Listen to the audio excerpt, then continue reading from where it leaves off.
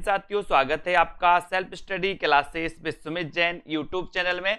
तो साथियों स्टार्ट हो चुका है आज का ये सेशन, है ना। सभी लोग एक बार वीडियो को लाइक जरूर कर देंगे। और दोस्तों अगर अभी तक आपने सेल्फ स्टडी क्लासेस का ऐप डाउनलोड नहीं किया तो सेल्फ स्टडी क्लासेस का ऐप जरूर डाउनलोड कर लें, ठीक है। यहाँ पर 2020 टेस्ट सीरीज रखी गई दोस्तों आप लोगों के लिए, है ना। 2020 टेस्ट सीरीज सप्ताह में 2 दिन आपके लिए बिल्कुल फ्री टेस्ट सीरीज रखी गई है, ठीक है। तो आप इस फ्री टेस्ट सीरीज में भाग ले सकते हैं, अपना अध्ययन कर सकते हैं, अपना अभ्यास कर सकते हैं। तो जिन भी साथियों ने self study classes app download नहीं किया, प्ले स्टोर पे जाइए, प्ले स्टोर में सर्च करिए सेल्फ स्टडी क्लासेस, है ना। और दोस्तों डाउनलोड कर लें और यथावत आपको इसी प्रकार से पढ़ना है। और एक चतुर्थ बैच स्टार्ट हो रहा है दोस्तों 1 जुलाई से।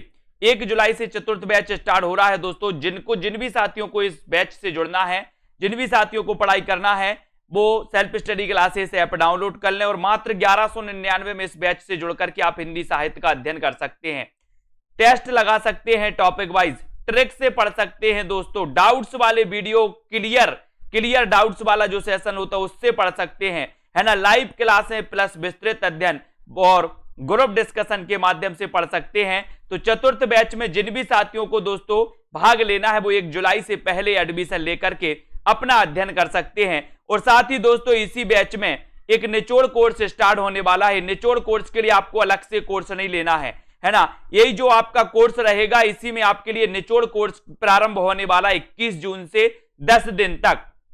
10 दिन का ये निचोड़ कोर्स रहेगा। 10 दिन में पूरा निचोड़ कोर्स दोस्तों हिंदी साहित्य का इतिहास से लेकर के आपका एकांकी तक, है ना, पूरा दोस्तों आपको निचोड़ कोर्स करवाया जाएगा। 10 दिन में कंप्लीट करवाया जाएगा सेल्फ स्टडी क्लासेस ऐप के माध्यम से। और दोस्तों इस कोर्स से आपको बहुत फायदा होगा। जिनका जुलाई में एग्जाम है वो तो इस कोर्स से जुड़ ही जाएं, है ना। तो निचोड़ कोर्स से निचोड़ क्लासों में जिनको भी जुड़ना है दोस्तों वो सभी साथी जुड़ जाएं और अपना अध्ययन बहुत अच्छे से कर सकते हैं। परीक्षा के लास्ट टाइम पर ऐसे कोर्स में एडमिशन लेकर के अध्ययन को बहुत अच्छे बना सकते हैं, पढ़ सकते हैं, रिवीजन कर सकते हैं, ठीक है। चलिए तो जल्दी से आ जाना है और अब दोस्तों अपन स्टार्ट करते हैं आज का ये सेशन। आज का आपका जो पहला प्रश्न है उसको आपको बताना है। चलिए भूषण का आपको बताना है, भूषण की कविता का प्रधान स्वर क्या है। भूषण की कविता का प्रधान स्वर कौन सा माना जाता है, आपको कमेंट में लिखना है। अच्छा क्वेश्चन है दोस्तों, सभी लोग बताएंगे। भूषण की कविता का प्रधान स्वर बताइए। व्यंग्यात्मक है, प्रशस्ति परक है, श्रृंगारिक है या फिर कारुणिक है। ये 4 विकल्प हैं आपके पास, 4 में से आपको चयन करना है।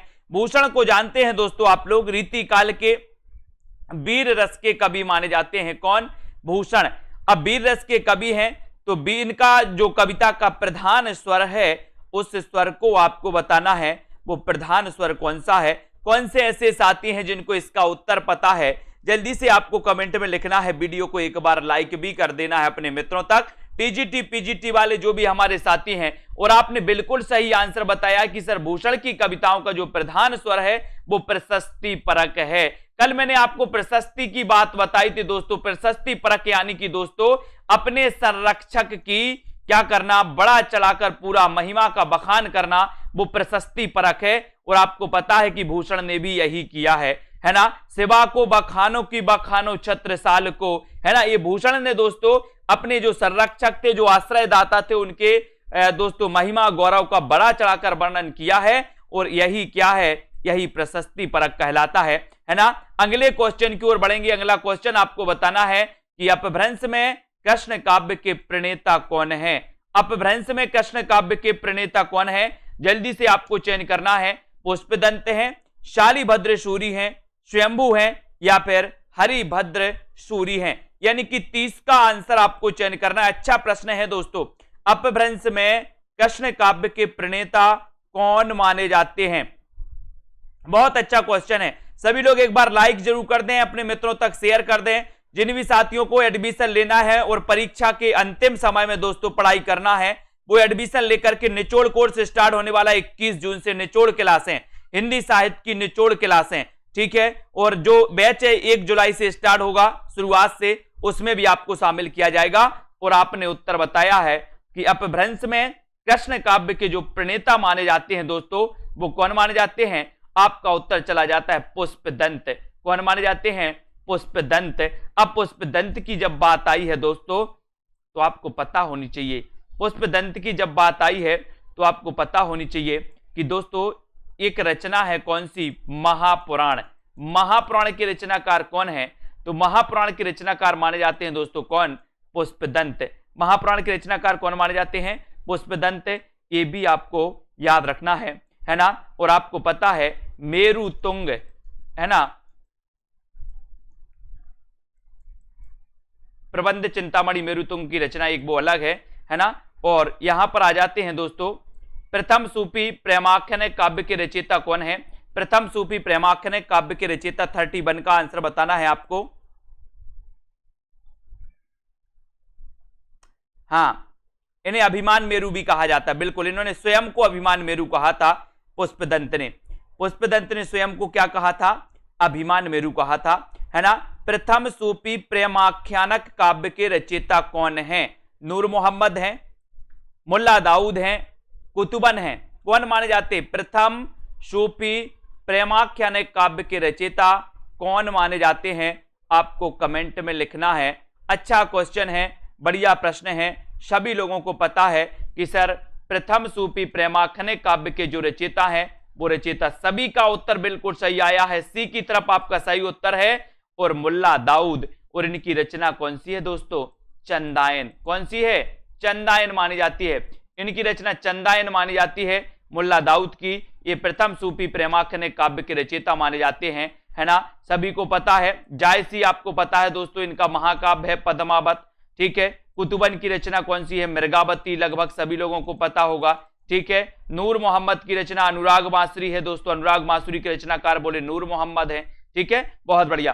अगला क्वेश्चन की ओर बढ़े, हिंदी के प्रथम गद्यकार कौन है, बहुत अच्छा क्वेश्चन आया है, हिंदी के प्रथम गद्यकार कौन है, ये क्वेश्चन कई बार पूछा गया है। हिंदी के प्रथम गद्यकार कौन माने जाते हैं, राजा शिव प्रसाद, सितारे हिंद, लल्लूलाल, भारतेंदु हरिश्चंद्र या फिर बाल कृष्ण भट्ट। पेन का कलर चेंज कर देंगे कल से, है ना। तो यहां पर हिंदी के प्रथम गद्यकार कौन माने जाते हैं, हिंदी के प्रथम गद्यकार कौन माने जाते हैं, बताइए। हिंदी के प्रथम गद्यकार कौन माने जाते हैं, और सभी लोगों ने बिल्कुल सही बताया है कि सर कौन माने जाते हैं, लल्लूलाल माने जाते हैं। और आपको पता है कि लल्लूलाल जी की जो रचना है वो कौन सी है दोस्तों, प्रेम सागर। कौन सी है, प्रेम सागर है। लल्लूलाल की रचनाकार कौन है, प्रेम सागर आपका बिल्कुल सही आंसर हो जाएगा, बी नंबर आपका बिल्कुल राइट आंसर हो जाएगा। यहां पर आते हैं, हिंदी के सर्वप्रथम प्रकाशित पत्र का नाम क्या है, हिंदी के सर्वप्रथम प्रकाशित पत्र का नाम क्या है। अच्छा क्वेश्चन है, हिंदी के सर्वप्रथम प्रकाशित पत्र का नाम क्या है, जल्दी से बताओ।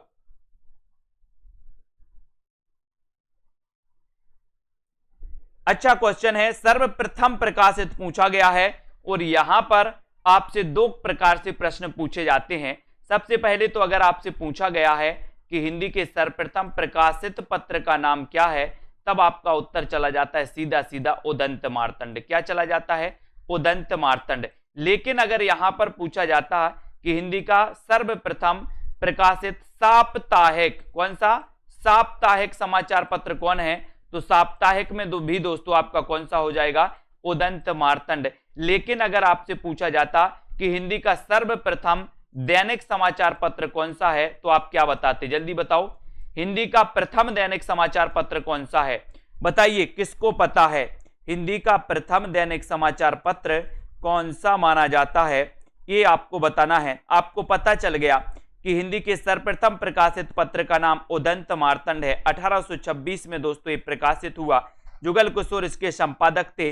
अब आपको बताना है, बताइए सभी लोग, हिंदी के सर्वप्रथम प्रकाशित दैनिक समाचार पत्र का नाम क्या है, दैनिक समाचार पत्र बताना है। कौन बता रहा है, उदंत मार्तंड साप्ताहिक समाचार पत्र था। अब आपको दैनिक समाचार पत्र का बताना है, जल्दी से सभी लोग बताएंगे। और बहुत अच्छा आंसर आया है कि सर अगर आप बताओगे तो उत्तर हो जाएगा कौन सा, समाचार सुधा वर्षण। समाचार सुधा वर्षण था दोस्तों, ठीक है, समाचार सुधा वर्षण था। और समाचार सुधा वर्षण आपको पता है कि ये कब हुआ था, इसका प्रकाशन 1854 में हुआ था और इसके जो संपादक थे वो कौन थे? श्याम सुंदर, है ना, श्याम सुंदर सेन थे, श्याम सुंदर सेन, ये भी आपको याद रखना है, ठीक है। तो यहां से दो क्वेश्चन जो आपके डाउट्स वाले रहते वो तो क्लियर हो जाते हैं। छायावाद के प्रवर्तक कौन है? अच्छा क्वेश्चन आया है, छायावाद के प्रवर्तक कौन है? अगर ऐसा क्वेश्चन आपके पेपर में आ जाता तो आप क्या उत्तर लगाओगे?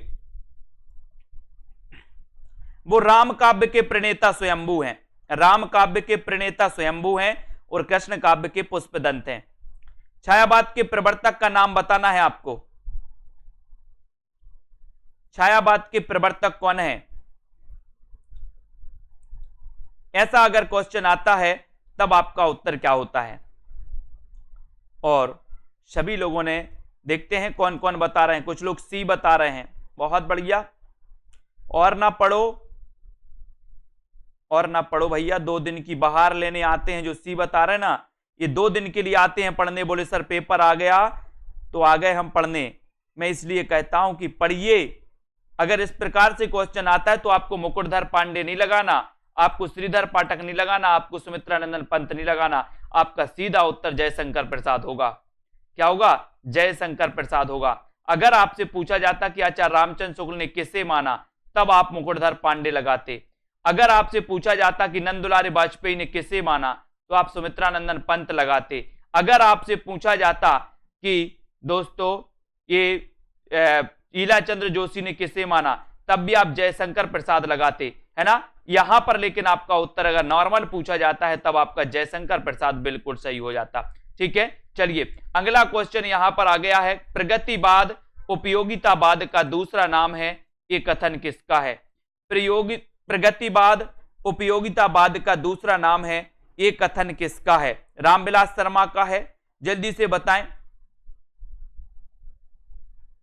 नंदुलारे वाजपेयी, सुमित्रानंदन पंत या प्रेमचंद? प्रश्न क्रमांक 35, प्रगतिवाद उपयोगितावाद का दूसरा नाम है, ये कथन किसका है? ये आपको 35 का बताना है। मुकुटधर पांडे ने छायावाद शब्द का सबसे पहले प्रयोग किया था, है ना। और प्रगतिवाद उपयोगितावाद का दूसरा नाम है, ये कथन किसका है? ये कथन है दोस्तों किसका? जल्दी से बताएं। नंदुलारे वाजपेयी का है क्या? सही आंसर बता रहे क्या आप लोग? वेरी गुड, बहुत बढ़िया आंसर। ये आपका जो सी नंबर है नंदुलारे वाजपेयी, ये बिल्कुल सही है कि प्रगतिवाद उपयोगितावाद का दूसरा नाम है, ये कथन है नंद दुलारे वाजपेयी, है ना। ये स्वष्टवादी आलोचक माने जाते हैं दोस्तों। कौन से माने जाते हैं? ये क्वेश्चन कई बार आया है कि स्वष्टवादी आलोचक कौन माना जाता है, तो नंद दुलारे वाजपेयी। ये याद रख लेना, स्वष्टवादी आलोचक नंद दुलारे वाजपेयी। और नंद दुलारे वाजपेयी ने, आपको पता है, प्रयोगवाद शब्द का सबसे पहले प्रयोग किया था। प्रयोगवाद शब्द का सबसे पहले प्रयोग किसने किया था? नंद दुलारे वाजपेयी ने। नंद दुलारे वाजपेयी ने सुमित्रानंदन पंत को छायावाद का प्रवर्तक माना। किसने? नंद दुलारे वाजपेयी ने। ये भी आपको याद करना है, ठीक है। यहां पर आ जाओ, अगला क्वेश्चन आपको बताना है, प्रेमचंद के अधूरे उपन्यास का नाम क्या है? अधूरे उपन्यास का नाम क्या है? गबन है, रंगभूमि है, मंगलसूत्र है या फिर सेवा सदन है? इतना सरल क्वेश्चन आपसे पूछा गया, इतना सरल पूछा गया कि सभी से उत्तर बनना चाहिए, है ना। आपको पता है, बोले सर ये पूरे के पूरे उपन्यास किसके हैं? प्रेमचंद जी के हैं, प्रेमचंद जी के हैं। अब प्रेमचंद जी के हैं तो इनका अधूरा उपन्यास कौन सा है? बोले सर यहां पर प्रेम आ गए, प्रेम, प्रेमचंद, और प्रेम में सर एक ही चीज अधूरा रहता है। मैंने कहा क्या? बोले सर वो मंगलसूत्र। क्या रह गया? बोले सर मंगलसूत्र अधूरा रह गया, अधूरा रह गया। तो सी आपका जो आपने बताया वो बिल्कुल सही है। C number. तो ये क्वेश्चन भी पूछा जाता है, सरल भी है और लगभग सभी लोगों को पता है। रामधारी सिंह दिनकर को भारतीय ज्ञानपीठ पुरस्कार प्राप्त हुआ है, किस रचना के लिए प्राप्त हुआ है? बताइए किस रचना के लिए? ये पूरी की पूरी रचनाएं दोस्तों रामधारी सिंह दिनकर की हैं। इनका जन्म हुआ था दोस्तों 1908 को, 1908 को इनका जन्म हुआ, रामधारी सिंह दिनकर का, है ना। और आपको पता है कि जो रामधारी सिंह दिनकर जी हैं, इनकी रचना रश्मि रथी भी है, इनकी रचना परशुराम की प्रतीक्षा है ना।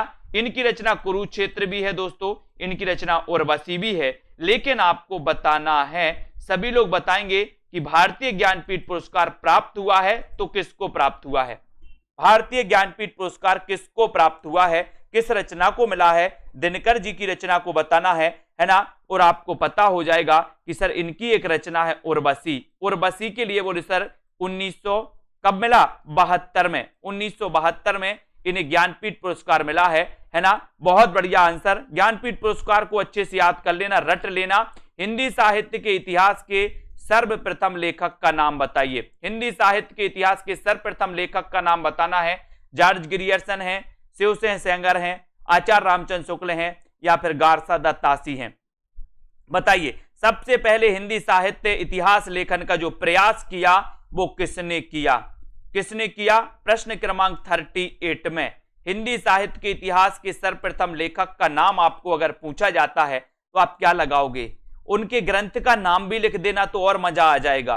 बताइए कौन कौन बता रहा है, हिंदी साहित्य के इतिहास के सर्वप्रथम लेखक का नाम बताना है। अच्छा क्वेश्चन है और आपने बिल्कुल सही बताया है कि सर हिंदी साहित्य के इतिहास के सर्वप्रथम जो लेखक का नाम है वो है गारसा दा तासी।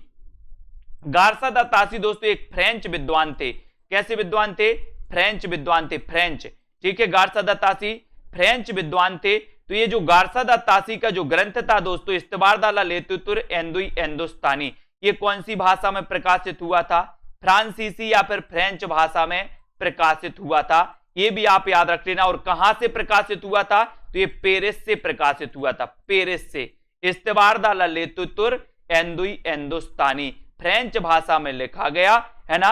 गारसा दा तासी फ्रेंच विद्वान थे, ये पेरिस से प्रकाशित हुआ था, ये भी आपको याद रख लेना है, ठीक है। और बाकी दोस्तों जॉर्ज ग्रियर्सन का तो आपको पता ही है, the modern vernacular literature of Hindustan, है ना। पद्मावत किसकी रचना, इतना सरल क्वेश्चन पूछा गया तो आपसे बनना चाहिए, सभी लोग बताएंगे पद्मावत किसकी रचना है। नाभादास की है, केशव दास की है, तुलसीदास की है, या फिर जायसी की है। पद्मावत के रचनाकार कौन माने जाते हैं, पद्मावत के रचनाकार कौन माने जाते हैं, आपको कमेंट में लिखना है। बताइए पद्मावत के रचनाकार कौन माने जाते हैं। और इतना अच्छा क्वेश्चन है आपके लिए, है ना, बढ़िया क्वेश्चन है दोस्तों, सभी लोग बताएंगे पद्मावत के रचनाकार कौन माने जाते हैं। और आपने बिल्कुल सही आंसर चयन कर लिया। ये जो पद्मावत है दोस्तों, ये जो पद्मावत है ये प्रथम प्रमाणिक महाकाव्य भी माना जाता है, प्रथम प्रमाणिक, और दोस्तों प्रथम बड़ा महाकाव्य भी माना जाता है। कौन सा, पद्मावत, ठीक है। जिसके रचनाकार कौन है, तो रचनाकार है दोस्तों मलिक मोहम्मद जायसी। कहते हैं कि ये जायस के रहने वाले थे, इसलिए से इन्हें जायसी कहा जाता है। सूफी काव्य धारा के प्रमुख माने जाते हैं दोस्तों जायसी, इनको भी अपन को याद करना है, ठीक है। बढ़ जाते हैं अगले क्वेश्चन की ओर, सभी लोग आ जाओ, जल्दी से बताना है बेताल पच्चीसी के रचनाकार कौन है, बेताल पच्चीसी के रचनाकार कौन है, फटाक से बताइए। लल्लूलाल हैं, सदल मिश्र हैं, नाभादास हैं, या फिर सूरती मिश्र हैं। बेताल पच्चीसी के रचनाकार कौन माने जाते हैं, फटाक से बताएं। बेताल पच्चीसी, इतना अच्छा क्वेश्चन है दोस्तों, उत्तर क्या हो जाएगा, बेताल पच्चीसी। बेताल पच्चीसी के रचनाकार कौन है ना। पद्मावत में 57 खंड हैं और पद्मावत 2 भागों में प्रकाशित है दोस्तों, पद्मावत, है ना। और बेताल पच्चीसी के आपको बताना है। और बिल्कुल सही आंसर, सभी लोग बिल्कुल रट्टा मार के आए हैं, आज तो कुछ खाकर आए हैं। और बिल्कुल सही आंसर, बेताल पच्चीसी के लल्लूलाल तो नहीं है ना, सदल मिश्र हैं क्या, नाभादास हैं क्या, नहीं है, तो कौन है, बोले सर सूरदास हैं, ये सूरती मिश्र हैं, सूरती मिश्र हैं। यानी कि आपका जो डी नंबर है, डी नंबर आपका यहां पर हो जाएगा बिल्कुल सही, ठीक है, डी नंबर सही हो जाएगा। अगला क्वेश्चन देखते हैं दोस्तों, सुहाग के नुपुर के रचनाकार कौन है, सुहाग के नुपुर के रचनाकार कौन है। 41 का आंसर सभी लोग बताएंगे, निराला, मोहन राकेश, है ना, अमृतलाल नागर, या फिर दोस्तों प्रेमचंद। सुहाग के नुपुर के रचनाकार कौन माने जाते हैं, सुहाग के नुपुर के रचनाकार कौन है। अच्छा क्वेश्चन है, बढ़िया क्वेश्चन है। और आपको पता है कि दोस्तों क्या है ना, के लिए बोले सर हमारा सुहाग तो अमृत के जैसा है, अमृत के समान है ना।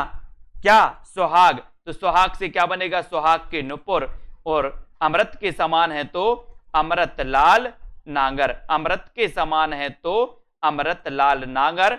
और सी नंबर आपका बिल्कुल सही हो जाएगा, जो आपने राइट आंसर चयन किया है, अमृतलाल नागर आपका बिल्कुल सही आंसर हो जाएगा। ठीक है, वेरी गुड। अगला क्वेश्चन है दोस्तों आपका, यहां पर आ जाओ। संस्कृति के 4 अध्याय ये किसकी रचना है? संस्कृति के 4 अध्याय या संस्कृत के 4 अध्याय? संस्कृति अपन बोलते हैं ना कि सर संस्कृत के 4 अध्याय पढ़ना है, तो बताइए संस्कृत के 4 अध्याय के रचनाकार कौन है? और आपका बिल्कुल सही आंसर क्या हो जाएगा? अच्छा क्वेश्चन है। संस्कृति के 4 अध्याय कब पढ़ना है? रात में पढ़ोगे क्या? रात में पढ़ोगे क्या दिन में पढ़ोगे? बताइए, रात में पढ़ोगे कि दिन में पढ़ोगे, है ना। और उत्तर आपका सही हो जाएगा। बोले संस्कृति के 4 अध्याय या संस्कृत के 4 अध्याय तो हम कब पढ़ेंगे? बोले सर दिन में पढ़ेंगे। दिन में पढ़ेंगे तो दिनकर, दिन में पढ़ेंगे तो दिनकर।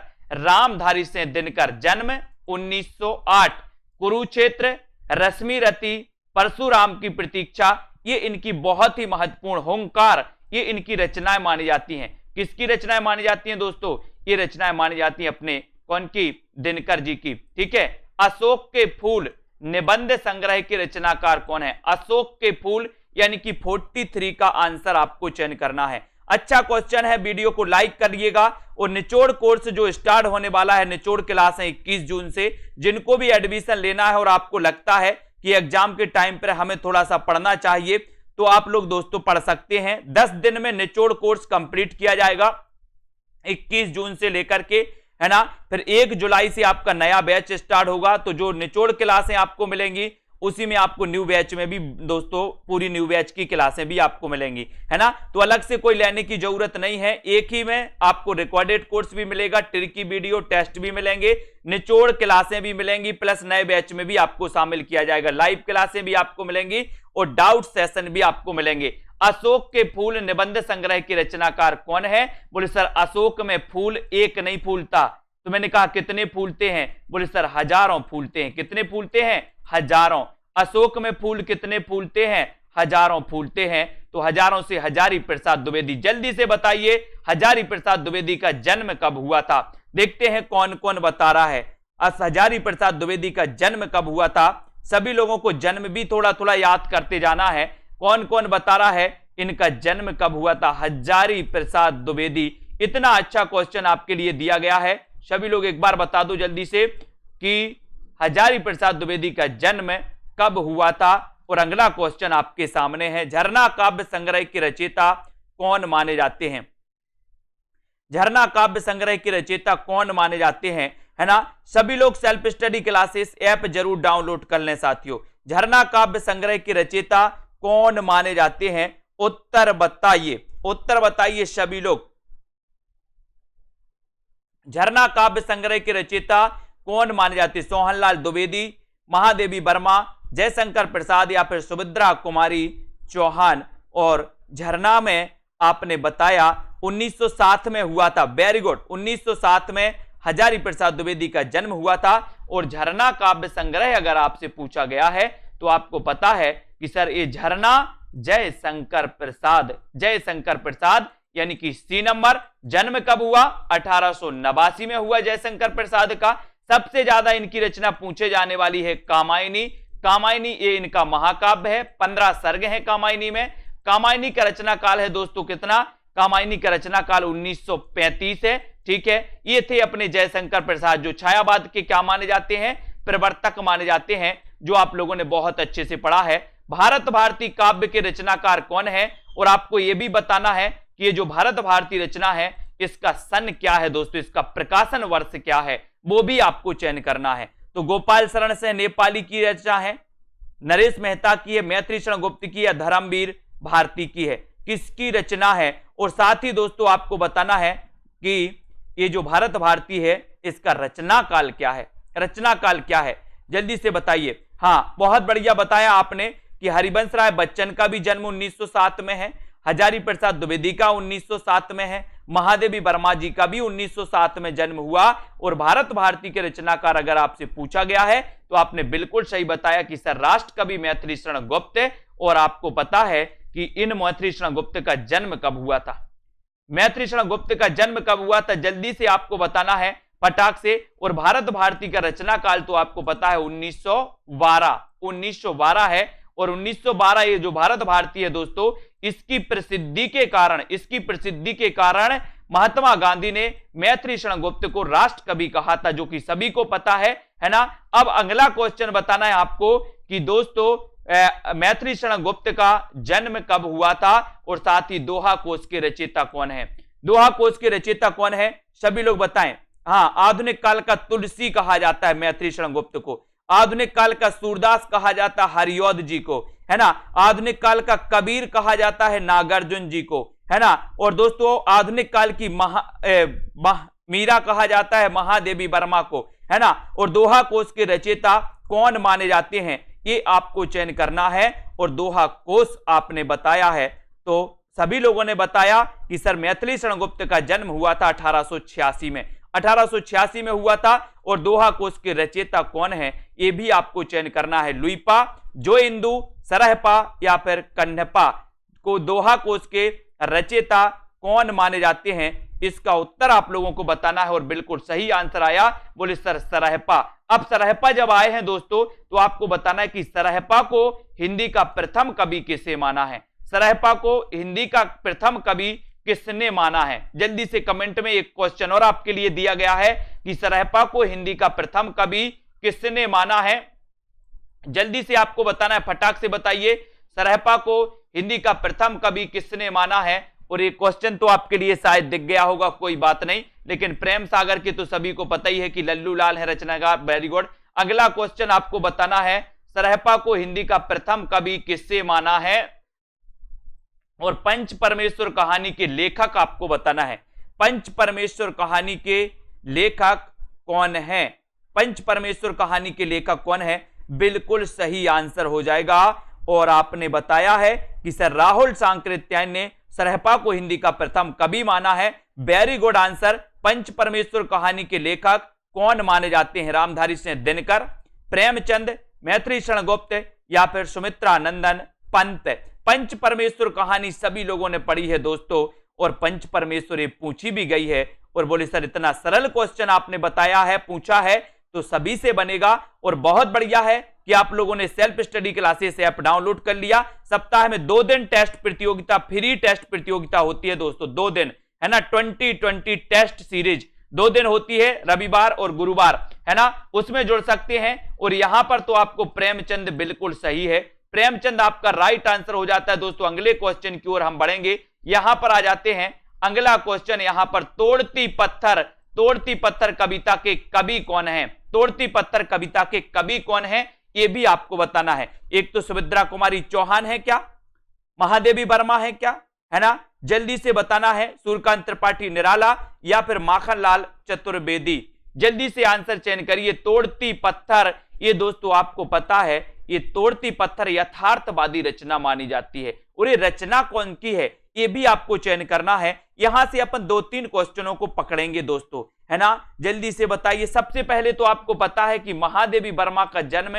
1907 में, मान लिया मैंने 7 में, बोले 7 में महादेवी हैं सर, मैंने मान लिया।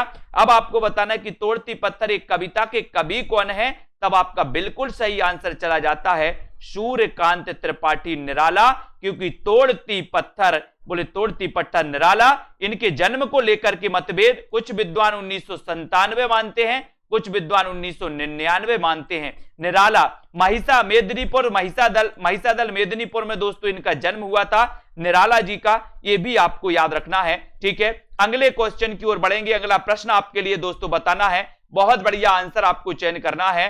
हार की जीत कहानी के कहानीकार कौन है, हार की जीत कहानी पूछा जाता है लेकिन अच्छी कहानी है। सुदर्शन की है, यादवेंद्र शर्मा चंद्र की है, कमलेश्वर या फिर रांगे राघव की है। तो उत्तर आपका क्या हो जाएगा, उत्तर हार की जीत कहानी के कहानीकार कौन माने जाते हैं, इसका उत्तर आपको बताना है, जल्दी से बताइए। बहुत अच्छा प्रश्न है और अच्छा आंसर सभी लोग बताएंगे। और सभी लोगों ने जो आंसर चयन किया है कि सर जो हार की जीत कहानी है, एक कहानी है, लेकिन एक कहानी है दोस्तों किसकी? सुदर्शन की। आप लोग जाते ना दर्शन करने, मैच क्रिकेट देखते, बोले हार की जीत के हमने क्या किए? दर्शन किए। दर्शन किए तो सुदर्शन आपका बिल्कुल सही आंसर हो जाएगा। Very good. अगला क्वेश्चन का रानी केतकी की कहानी के रचयिता कौन है? और एक क्वेश्चन और आपसे पूछा जाएगा, रानी नांगमती की कहानी की रचनाकार कौन है? ये दो क्वेश्चन आपको बताना है। रानी नांगमती की कहानी और रानी केतकी की कहानी, ये दो क्वेश्चन आपको कंफ्यूज करते हैं। यहां पर सबसे पहले तो आपको रानी केतकी की कहानी बताना है कि रानी केतकी की कहानी के रचनाकार कौन माने जाते हैं। और दोस्तों जल्दी से आपको वृंदावन लाल वर्मा है या फिर दोस्तों किशोरी लाल गोस्वामी है, माधवराव सप्रे या फिर इंसा अल्लाह खां है। रानी केतकी की कहानी, और आपको पता है कि सर रानी केतकी की कहानी के जो रचनाकार हैं वो तो इंसा अल्लाह खां है, जो सभी को पता है। लेकिन आपको पता है कि दोस्तों किशोरी लाल गोस्वामी की जो इंदुमती है, इंदुमती को प्रथम मौलिक कहानी माना है किसने? रामचंद्र शुक्ल ने, हिंदी की, है ना। लेकिन आपको पता है एक टोकरी भर मिट्टी, ये जो कहानी है ये माधवराव सप्रे की है। एक टोकरी भर मिट्टी से सप्रे। लेकिन अब आप चयन करिए रानी नांगमती की कहानी। रानी नांगमती की कहानी के रचनाकार कौन है? जल्दी से बताइए कौन कौन बता रहा है, कौन कौन बता रहा है? फटाक से कमेंट में लिखिए रानी नांगमती की कहानी।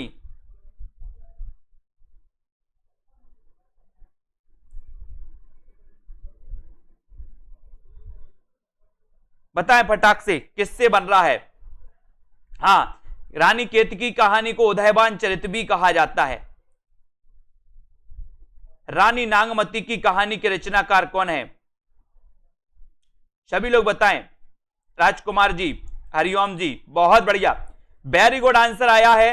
अब यहां पर बहुत सारे डाउट्स में आते हैं, तो यहां आपको याद रखना है कि रानी नांगमती की कहानी ये दोस्तों हरिशंकर परसाई की है। ये किसकी है? हरिशंकर परसाई, है ना। ये जो रचना है ये हरिशंकर परसाई की है। और रानी केतकी की कहानी ये जो रचना है ये इंसा अल्लाह खां की है। इसे दोस्तों क्या कहा जाता है? रानी केतकी की कहानी को उदयभान चरित कहा जाता है। ये सारी की सारी रचनाएं, डाउट्स वाली रचनाएं भी मैंने आपको बताया है, कई बार पढ़ाया है। अगला क्वेश्चन आपका है शिव शंभू के चिट्ठे से संबंधित रचनाकार कौन है? जल्दी से बताओ, शिव शंभू के चिट्ठे से संबंधित जो रचना है वो कौन सी है? बाबू तोताराम। शिव शंभू के चिट्ठे से संबंधित जो रचनाकार हैं वो कौन है? बाबू तो एक कई बार पूछा गया, सरल है लेकिन पूछा जाता है, तो जल्दी से सभी लोग बताएंगे उत्तर आपका क्या हो जाएगा। शिव शंभू के चिट्ठे से संबंधित जो रचना है वो कौन सी है? बाबू तोताराम, केशव राम भट्ट, अंबिका दत्त व्यास या फिर बाल मुकुंद गुप्त। और सभी लोगों ने आंसर चयन किया है कि सर शिव शंभू के चिट्ठे से संबंधित जो रचनाकार हैं वो रचनाकार हैं कौन, है ना, कौन है? जल्दी से बताइए, सभी लोग बताएंगे उत्तर क्या है ना। और उत्तर बताया है आपने कि सर शिव शंभू के चिट्ठे और बाल मुकुंद गुप्त। आपने देखा होगा दोस्तों, शिव जी को देखा है ऐसा बालों का क्या बांधे हैं? चिट्ठा, ऐसा चिट्ठा। तो शिव शंभू के चिट्ठे बोले काय के चिट्ठे? बाल के, तो बाल से बनेगा बाल मुकुंद गुप्त। ये बाल मुकुंद गुप्त, यानी कि आपका डी नंबर जो है वो बिल्कुल सही है, 52 का आंसर। और ऐसे कितने साथी हैं जिन्होंने अभी तक वीडियो को लाइक नहीं किया है? और दोस्तों जिन्होंने अभी तक self study classes app download नहीं किया। रसिक प्रिया के रचनाकार कौन है? इतना सरल क्वेश्चन है, रसिक प्रिया। और रसिक प्रिया के जो रचनाकार हैं वो कौन माने जाते हैं, है ना। ये बहुत अच्छा क्वेश्चन है दोस्तों, कई बार पूछा गया है। ये रस संबंधी लक्षण ग्रंथ माना जाता है दोस्तों, रस संबंधी लक्षण ग्रंथ माना जाता है। रसिक प्रिया और कवि प्रिया, इनका कवि प्रिया अलंकार संबंधी ग्रंथ है। कभी अगर आपसे पूछा जाए कि कवि प्रिया संबंधित ग्रंथ है तो अलंकार संबंधी ग्रंथ है, लेकिन है किसके? रसिक प्रिया। बोले रसिक प्रिया तो सर किसकी रचना है? किसकी रचना है? केशव दास की है, केशव दास की है। रामचंद्रिका की रचना की दोस्तों इन्होंने केशव दास ने। कहते हैं कि एक रात में इन्होंने, केशव दास ने रामचंद्रिका की रचना कर दी थी। और आपको पता है ये जो रामचंद्रिका है इसे राम स्वरूप चतुर्वेदी ने छंदों का अजायब घर कहा। राम स्वरूप चतुर्वेदी ने छंदों का अजायब घर कहा। किसको? रामचंद्रिका को। याद रखना दोस्तों, अगला क्वेश्चन आपकी स्क्रीन पर आ रहा है। जल्दी से आपको वीडियो को लाइक करना है। सेल्फ स्टडी क्लासेस ऐप को जरूर डाउनलोड कर लेना। कुटज के रचयिता कौन है? कुटज के रचनाकार कौन माने जाते हैं? शांति प्रिय द्विवेदी, हजारी प्रसाद द्विवेदी, कुबेर नाथ राय या फिर विद्यानिवास मिश्र? फटाक से चयन करिए। वीडियो को लाइक जरूर करना और दोस्तों इस प्रसार से सभी लोग लगे रहें और वीडियो को लाइक शेयर करते रहें। कुटज के रचयिता कौन है? 54 का आंसर क्या हो जाएगा? क्या हो जाएगा? शांति प्रिय द्विवेदी, हजारी प्रसाद द्विवेदी या फिर दोस्तों कुबेर नाथ राय। और अपन बोलते हैं ना कि मां साहब मारे धम्म धम्म और विद्या आवे छम छम। बोले सर मां साहब ने हजारों बार कूटा, है ना? ऐसे याद करना है, कूटा तो नहीं होगा, कुछ लोग कुटे होंगे, है ना? हम तो बहुत कुटे हैं, इसलिए भैया कुटज। बोले सर हजारों बार कुटे, हजारों बार। कितने बार कुटे? हजारों बार कुटे। तो हजारों बार कुटे से कुटज से क्या बनेगा? हजारी प्रसाद द्विवेदी। बोले कुटे कितने बार? हजारों बार। तो हजारी प्रसाद द्विवेदी। जन्म कब हुआ इनका? 1907। हिंदी साहित्य की भूमिका 40 की हो गई, हजारी प्रसाद द्विवेदी। हिंदी साहित्य का आदिकाल, हजारी प्रसाद द्विवेदी। हिंदी साहित्य का उद्भव और विकास, हजारी प्रसाद द्विवेदी। अशोक के फूल, हजारी प्रसाद द्विवेदी। कुटज, है ना? बहुत सारी दोस्तों इनकी रचनाएं हैं जिनको अपन को कई बार याद करना है। अगला आते हैं दोस्तों, अगला प्रश्न आपको देखना है, जल्दी से बताना है। आंसू काव्य, आंसू तो आ ही गया है। आंसू काव्य के रचनाकार निराला, ये तो अपन ने पढ़ ही लिया है, ठीक है। यहां पर आपको बताना है चंदन विष व्यापत नहीं, चंदन विष व्यापत नहीं, लिपटत रहे भुजंग, है ना? उसी क्वेश्चन पर बार बार आ रहा है। बोले पढ़ लो, आंसू को आएगा, ये पक्का आएगा भैया आंसू, क्योंकि ये बार बार आ रहा है। बोले पढ़ लो तो एक बार, है ना? तो जल्दी बताओ, चंदन विष व्यापत नहीं, लिपटे रहत भुजंग, पंक्ति के रचनाकार कौन है? ये कई बार पूछी गई पंक्ति, चंदन विष व्यापत नहीं, लिपटत रहे भुजंग। और यहां पर आपका सही आंसर लिपटत रहे भुजंग उत्तर चला जाएगा। कौन सा जाएगा? जल्दी से एक बार वीडियो को लाइक जरूर कर देना और सेल्फ स्टडी क्लासेस ऐप से जुड़ जाएं। और जो भी साथी पढ़ना चाहते हैं और निचोड़ क्लासेस लेना चाहते हैं, जो कि दोस्तों आपके लिए बहुत ही परीक्षा के अंतिम समय में बहुत ही उपयोगी रहेगा। ये जो पंक्ति है, ये पंक्ति किसकी है? रहीम दास की है दोस्तों, है ना? रहीम की पंक्ति मानी जाती है। बहुत बढ़िया आंसर आया सभी लोगों का। अगले क्वेश्चन की है, अमीय हलाहल मद भरे सेत श्याम रतनार और जियत मरत झुक झुक परत जेहि चित्त बत एक बार। अगर इसको अपन ट्रिक से याद करें, इस अमीय का अपन वास्तविक अर्थ ना लें, अमीय का इतना बस ले लो, अमीय से अमिया। अमिया देखी सभी ने, आम और अमिया। अमिया में क्या रहता है? बोले सर अमिया में रस रहता। पना बनाते ना आप लोग, पना। बोले अमिया ले आना, आज पना बनाएंगे, है ना? बाजार से आप अमिया लेके आते हो, पना बना लेते हो। बोले सर अमिया तो क्या है? अमिया में क्या है? बोले सर रस रहता है। तो अमीय अपन ने यहां पर पकड़ा, अमीय हलाहल, अमिया हलाहल मद भरे, है ना? इस प्रकार से। तो यहां पर बताना है आपको, मैंने थोड़ी सी हिंट आपको दी है, बनेगा उत्तर आपसे ही, है ना? और आपने बता दिया कि बोले सर अमिया में तो रस रहता है। मैंने कहा क्यों? बोले सर हम पना बनाते हैं अमिया का, अमिया। तो अमीय हलाहल मद भरे सेत श्याम रतनार, है ना? ये आपका बी नंबर बिल्कुल सही हो जाएगा। बहुत बढ़िया आंसर, वेरी गुड। और इसी प्रकार से जब जब होए धर्म की हानि, बाड़े असुर अधम अभिमानी, प्रस्तुत पंक्ति के रचनाकार कौन है? जब जब होए धर्म की हानि, बताइए। अच्छा क्वेश्चन है और सेल्फ स्टडी क्लासेस ऐप से जरूर जुड़ जाएं। जिन भी साथियों को निचोड़ कोर्स में, निचोड़ दोस्तों जो क्लासें हैं उसको अटेंड करनी है, आज ही एडमिशन लें। 1 जुलाई से नया बैच आएगा, उसमें भी आपको मिलेगा और सारा रिकॉर्डेड कोर्स भी आपके लिए रखा है। तो परीक्षा के टाइम पे आप रिकॉर्डेड कोर्स से पढ़ सकते हो, ट्रिकी वीडियो से पढ़ सकते हो, टेस्ट लगाकर पढ़ सकते हो, है ना? तो यहां पर प्रस्तुत पंक्तियों के रचयिता आपको बताना है। पंक्ति पूछी गई है, जब जब होए धर्म की हानि, ये किसकी रचना है? तुलसी की है क्या? तुलसी की है रचना। तुलसीदास चंदन घिसे तिलक देत रघुबीर, यानी कि आपका बी नंबर आपका बिल्कुल सही हो जाएगा, जो आपने राइट आंसर बताया। वेरी गुड आंसर, सभी लोग बहुत अच्छे से मन लगा के पढ़ रहे हैं। परहित सरस धर्म नहीं भाई, पर पीड़ा, है ना? इसको आपको याद करना है दोस्तों। ये पंक्ति किसकी है? परहित सरस धर्म नहीं भाई। ये पंक्ति भी कई बार पूछी जाती, जितनी पंक्ति सरल है उतनी बार पूछी भी गई है। अब यहां पर 4 विकल्प हैं। परहित सरस धर्म नहीं भाई, है ना? और परहित सरस धर्म नहीं भाई के रचनाकार कौन है? कौन है? ये जो पंक्ति है वो किसकी है? सभी लोगों को आना चाहिए। और आपको पंक्ति बताया, बोले सर ऐसी बात तुलसीदास ही कहेंगे। कोई लोक मंगल का कवि ही कहेगा, है ना। और वो लोक मंगल के कवि कौन है? तुलसीदास, है ना। तुलसीदास हैं, बहुत बढ़िया। रत्नावली को जानते तुलसीदास की नहीं जानते? सभी लोग बोले सर अच्छे से जानते, उनका नाम लो मत लो, है ना। रक्त है या नसों में क्षुद्र पानी, जांच कर तू शीश दे देकर जवानी। प्रस्तुत पंक्ति के रचयिता कौन है? रक्त है या नसों में क्षुद्र पानी, है ना। अपने अंदर जोश भर दो दोस्तों, अब कुछ टाइम एग्जाम के लिए है। एग्जाम 1-2 महीना में आपके लिए एग्जाम होंगे ही, तो 1-2 महीना के लिए आप अपने दोस्तों बिल्कुल समय को झोंक दो और पढ़ाई बिल्कुल स्टार्ट कर दो, है ना। जैसा बने वैसा तैयारी आप कर दो। अगर वास्तव में रियल में आप तैयारी कर रहे हो तो रियल में तैयारी स्टार्ट कर दो, है ना। ये समय दोस्तों आपके लिए मिला है 1-2 महीने का, इसमें बहुत अच्छी तैयारी करो सभी लोग। और यहां पर आपसे पूछा गया कि ये जो पंक्ति है, ये पंक्ति है रक्त है या नसों में क्षुद्र पानी, ये पंक्ति किसकी है? और पंक्ति सभी लोगों ने बताया है कि सर ये जो पंक्ति है, ये पंक्ति किसकी है दोस्तों? माखनलाल चतुर्वेदी की। माखनलाल चतुर्वेदी की है। ये नंबर आपका सही हो जाएगा। रक्त है या नसों में क्षुद्र पानी, है ना, तो 1 नंबर आपका सही हो जाएगा, ये नंबर, ठीक है। यहां पर दिवस अवसान का समय, मेघमय आसमान से उतर रही वह संध्या सुंदरी परीसी, धीरे धीरे, है ना। प्रस्तुत पंक्ति के रचयिता कौन है? दिवस अवसान समीप है।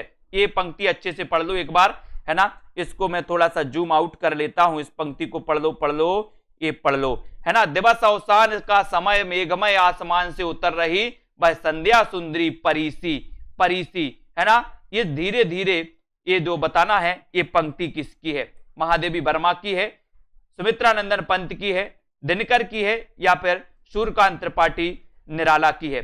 बताइए। दिवस अवसान का समय, मेघमय आसमान से उतर रही वह संध्या सुंदरी परीसी, है ना। बहुत सारे लोग इसमें कंफ्यूज होंगे, लेकिन कंफ्यूज नहीं होना है। ये पंक्ति कई बार पूछी गई। दिवस अवसान का समय समीप था।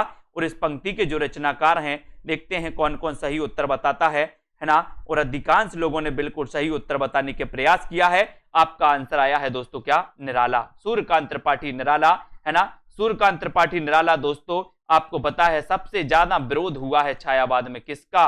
दोस्तों, दुखी जीवन की कथा रही, क्या कहूं आज जो नहीं कही, है ना। तो ये सूर्यकांत त्रिपाठी निराला आपको याद रख लेना है। दुष्यंत कुमार की वो गजल आपको याद होगी कि मेरे सीने में ना सही तेरे सीने में, और तेरे सीने में ना सही तो किसी और के सीने में, है कहीं भी आग लेकिन आग जलनी चाहिए, इस हिमालय से कोई गंगा निकलनी चाहिए। और ये फ्री 2020 टेस्ट सीरीज में जिनको भी भाग लेना है वो आज ही सेल्फ स्टडी क्लासेस ऐप को डाउनलोड कर लें।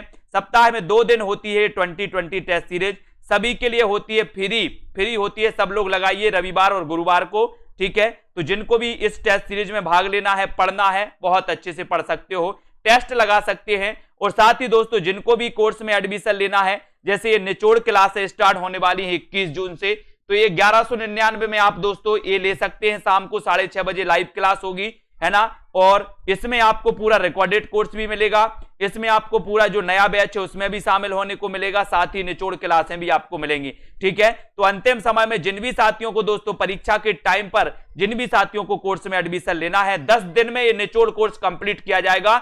यानी कि जून लास्ट तक पूरा निचोड़ कोर्स आपका, निचोड़ जो क्लासें हैं हिंदी साहित्य के इतिहास से लेकर के पूरा एकांकी तक, ये करवाया जाएगा, ठीक है। तो जिन भी साथियों को लेना है, चतुर्थ बैच में जिनको भी एडमिशन लेना है वो ले सकते हैं और इसी प्रकार से पढ़ सकते हैं। वीडियो को लाइक जरूर कर देना। एक 9:45 पर क्लास आती है दोस्तों, उसको जरूर देख लेना, कुछ क्वेश्चन की, 10-15 क्वेश्चन की, है ना। और किरण जी, नीलम जी, प्रमोद जी, राजेश जी, आशु, इंदू जी, सभी साथी, गीतिका, डॉली, सीता, दारसू जी, ममता, प्रिया जी, राममूरत जी, अर्शदीप जी, बहुत बढ़िया, मंजू जी, अजय जी, विजय जी, साक्षी जी, दारसू, रोमा जी, प्रमिला, यवराज जी, प्रिया, जयंत जी, लोकेश जी, सुमित जी, मनीषा, रेखा जी, रश्मि, गौरव जी, हिमानी जी, अनिल जी, दारसू, रीना जी, अभिषेक जी, है ना, अर्शदीप, लवली ठाकुर जी, हरिओम जी, बहुत बढ़िया, बीनू, दारसू, राममूरत जी, है ना, और विश्वास मलिक जी, ज्योति सिंह जी, और शिवानी जी हैं, मनीषा, कविता टाइम जी हैं, उमंग जी हैं, बहुत बढ़िया, है ना। इसी प्रकार से अपन को अध्ययन करना है और लगे रहना है, ठीक है। और दोस्तों करते रहें, ज्योति जी, है ना, मेघा, स्काई जी, रजनी जी, विजय शंकर जी, बहुत बढ़िया, ठीक है। अध्ययन करें दोस्तों, है ना, और लगे रहें, लगे रहें, बिल्कुल अंतिम समय आपके हैं दोस्तों, महीने 2 महीने में आपके पेपर हो जाएंगे। कितनी भी डेट बढ़ेगी तो आपके 3 महीने से ज्यादा बिल्कुल भी नहीं लगेगा, है ना। तो जो भी हमारे साथी हैं, इस 3 महीने के अंदर आपकी सारी परीक्षाएं होंगी, है ना। चाहे आप DSSB वाले हों, TGT PGT वाले हों, है ना, सभी साथी लग जाएं बिल्कुल मूड बना के लग जाओगे तो आपका एग्जाम बिल्कुल क्वालिफाई होगा, है ना। कंपटीशन बहुत है। सभी साथी, सोनू जी, मयंक जी, अनीता, पूजा जी, कल्पना जी, दुर्गेश जी, पूजा जी, और जितने भी हमारे पेड मेंबर साथी हैं उनको बता दें कि आपकी एक लिंक, जो पेड क्लास की लाइव क्लास की लिंक आती है, वो आती है ऐप में। Self study classes app open करो, चैट का ऑप्शन आता है, चैट का ऑप्शन करो। फिर दोस्तों चैट के ऑप्शन पर आप क्लिक करोगे तो आपको DSSB TGT PGT junior TET वाला ग्रुप मिलेगा। उस ग्रुप में आप क्लिक करिए तो वहां पर आपको दोस्तों लिंक मिलेगी लाइव क्लास की, जो शाम को 5 बजे होती है और जो शाम को 6:30 बजे होती है। ठीक है, तो लगे रहें। कल 19 तारीख को दोस्तों टेस्ट है एकांकी का, सेकंड बैच वालों का एकांकी का है। तो आप भी लगे रहें, पढ़ते रहें, अध्ययन करते रहें, अपना टेस्ट करते रहें कि और अपन को कितने पढ़ने की जरूरत है। विजय लक्ष्मी, रचना, दारसू, कंचन, अभिषेक, सरिता जी, रश्मि जी, पूनम जी, है ना, काव्या, नीतू जी। ठीक है, एकांकी का नहीं, उपसर्ग का टेस्ट है, सॉरी उपसर्ग का टेस्ट है बैच नंबर 1 वालों का। एकांकी का तो 21 तारीख को है, और सेकंड बैच वालों का उपसर्ग का टेस्ट है, उपसर्ग का टेस्ट होगा, सॉरी सेकंड का नहीं, फर्स्ट बैच वालों का उपसर्ग का टेस्ट होगा, फर्स्ट बैच वालों का, और सेकंड बैच वालों का होगा 21 तारीख को, काय का होगा। ठीक है, तो इसी प्रकार से अध्ययन करें और लाइक जरूर करें। ठीक है, बहुत बढ़िया, है ना। अर्पित मिश्रा जी, अच्छी भाषा बोलिए, आप ब्लॉक हो सकते हैं, अच्छी भाषा का यूज करिए, मैंने नाम ले लिया है आपका। ठीक है, बहुत बढ़िया। अमित जी यादव, शर्मिला जी, तरणवीर सिंह जी, गीता जोशी, ज्योति दुबे जी, अरुण राजपूत जी। ठीक है, बहुत बढ़िया, धन्यवाद। 21 जून से शुरू होगी कॉमेडी गुरु, अनीता जी, मंजू, गीतिका जी, वेरी गुड। अभिषेक राय, डॉली जी, मयंक, पंकज जी, मोहित जी, पूजा सिंह, दारसू जी। ठीक है,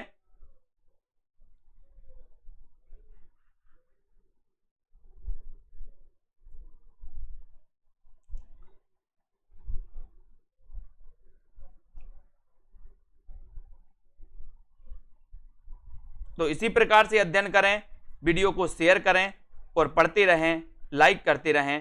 ठीक है, बिल्कुल, है ना।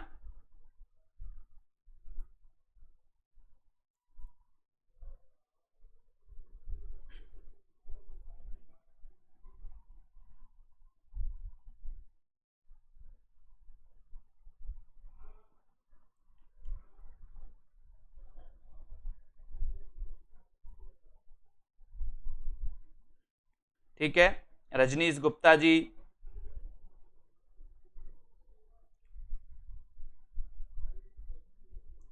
हरप्रीत कौर, रीना यादव जी। ठीक है, अलग से कुछ नहीं लेना है, उसी में निचोड़ कोर्स आपके कोर्स में ही रहेगा। ठीक है, कोर्स में ही रहेगा आपका।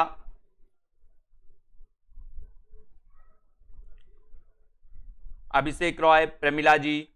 ठीक है, तो सभी साथियों को धन्यवाद, अध्ययन करते रहें, है ना, और इसी प्रकार से ठीक है अध्ययन करते रहें। और